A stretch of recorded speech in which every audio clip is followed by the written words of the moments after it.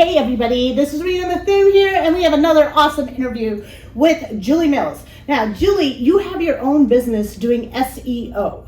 So we have a bunch of women entrepreneurs watching. What do they need to know about SEO? Like, what is something that everybody needs to know about SEO and keywords? Because whenever I hear SEO and keywords, it sounds like work and my brain shuts off. Yes. That is a common reaction, and I don't know how many times I've heard someone say either like, what is SEO? Or, I know I need SEO, but, and it's, I don't have time, I don't have money, I don't have the brain space. And so SEO, in simple terms, is just making sure that your website, your offer shows up on Google when someone types in a keyword that's meaningful for your business. And so the biggest thing that I can recommend for you if you want to get started in SEO is to do a little bit of preliminary research on what your competitors are ranking for. Go to their websites, take a look at their blog posts, and see what topics are they writing about. And that'll give you a really good idea of how well your content can perform in the SEO space and what your competitors are talking about. SEO is search engine optimization. So when we go and do a search on something like Google or Bing and we type in words, they become keywords. And so, Julie, this is a great tip. Go see what's already working and copy it. Why would you reinvent the business wheel when you've got someone that's in your space already doing a great job at it? As a woman with her own business, was it easy for you? Like, what was it like? What were you doing before, and then what was it like transitioning into a business?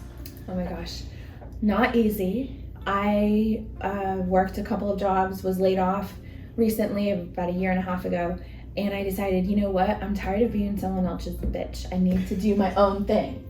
And so that was when I decided to go all in on my dream of running an SEO agency and helping other business owners rank their content. So were you scared? I was so scared. I'm still scared. I'm scared. But you know what? The feeling of being my own boss and having my own business, even with the unknowns that come with that feeling is so much better than the feeling that I had when I would get into conversations with the boss who told me to do something that I knew wouldn't work, or took a different direction after we'd been working on something so long. Those feelings stick with me, and I'm so grateful to be able to have my own business and run things the way that I know are going to work for my clients. I think that is a big thing of what made me an entrepreneur. I remember the first time, y'all, I was asked to doctor data. So there was an 11-year solar cycle. 3 of the years are low solar cycles, so radio waves just do not work those 3 years. And they told me to take that data out and sell the system. And I said, you always design for worst case scenario. For 3 years out of 11, this radio system won't work, and I'm the design engineer. So I put in all the data, and when it went to the client, it was missing. And it killed me because, it's funny, there's a sign right outside that says an entrepreneur is someone that will work 100 hours a week for themselves so they won't have to work 40 hours a week for someone else. But you know what? Not having to doctor data and not having to compromise my values is worth so much more than that. Okay, so you got started. What was probably the biggest hurdle you think you've overcome as a female entrepreneur? So that's a really good question, because I feel like as a woman with my own business, a lot of times it can be difficult to command the same respect as a man who runs his business. So I'm very selective with the clients that I take on, because I want to make sure that they align with my values, that they'll respect me, and that they will have the ability to grow and actually benefit from my services. So, it's very difficult sometimes as a woman to make that transition and to go after your dreams of having your own business. But once you do, and you get to the point where you can be very selective and you can work with the clients that you know you can actually help and who will respect you, there's nothing freer than that I've ever experienced. Okay, so now I understand you have young kids. I do. I know. So what is that like for you, raising a son? Yes. Who's 8, and Yes. then working a business and still commanding respect. So what has that priority and balance been like for you?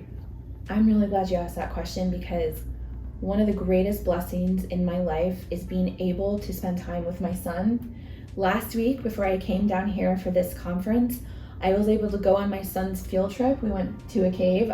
Otherwise, I would have been stuck at my desk working because it was during a week, a work day. Or have to ask for time off. Oh, exactly. Yeah, ask for time off. Will you please approve a leave? Hey, I'm going to be gone for a couple hours. Yes. Yeah. Or here, literally. I can't? Aw, honey, Yes. I can't go. And you know what? Literally, at one of my jobs, I had 5 days of vacation a year. That was it. So I would have had to take one of my 5 precious days of vacation to do that. So he goes on field trips once a month, and I can go every single time because I have the freedom to do that. Okay, so as a mom and a business owner, what is the one key lesson that you want your son to get from the way you live your life, the way you run your business? Like, what are you doing anything of this for him? This is entirely for him and for his future because I don't want him to be a slave to his job. I want him to be able to pursue his interests, to pursue his passions. And as a special needs child, he has some very particular interests, and they're not something that he may necessarily be able to monetize without having the skill set that you develop naturally as a business owner. So I'm doing this so that I can provide for him now, provide for his future, but also equip him with the skills that he needs to have a successful life and to pursue his passions. Awesome. Okay, so how long have you been doing your own business? So I've been officially doing my own business for just over a year. Unofficially, I've been a freelancer for 10 years.